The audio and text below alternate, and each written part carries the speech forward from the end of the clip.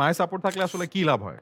আমার তো আসলে জাস্ট এখন যেটা করছি অ্যাক্টিং, এটাই তো সবসময় করিনি। আমি তো গ্র্যাজুয়েশন শেষের পরে বড় একটা সময় বসেছিলাম। কিছুই করতাম না।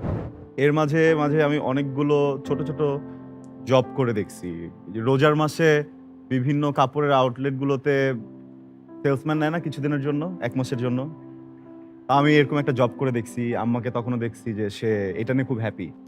হ্যাঁ, আমি এরপরে একটা বেভারেজ আছে। ওইটারও অ্যাক্টিভেশন করেছি বেশ কিছুদিন। সাইকেল নিয়ে পুরো ঢাকাতে বিভিন্ন স্কুলের সামনে বিভিন্ন জায়গায় যেতাম। ওদের একটা অরেঞ্জ কালারের কস্টিউম দেয়া ছিল, ওইটা নিয়ে। তা আম্মাকে দেখতাম তখনও অনেক হ্যাপি ফিল করে। তো যেটা হয় যে বাসা থেকে যখন কোনো কমপ্লেইন না আসে, এটা কিন্তু অনেক বড় একটা ঝামেলা। মানে কেউ যখন কিছু চায়, তাকে সেটা সহজে দেয়া যায়। কিন্তু কেউ যখন কিছুই চায় না, তাকে কি দিব? এইটা ভাবাটা খুবই টাফ। তো ওই কারণে আসলে আমি কখনো ডে অফ নেইনি।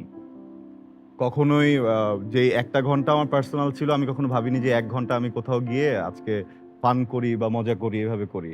আমার সবসময় মনে হইছে যে এখানে কিছু একটা করতে হবে আমার। একটা প্রেশার ছিল।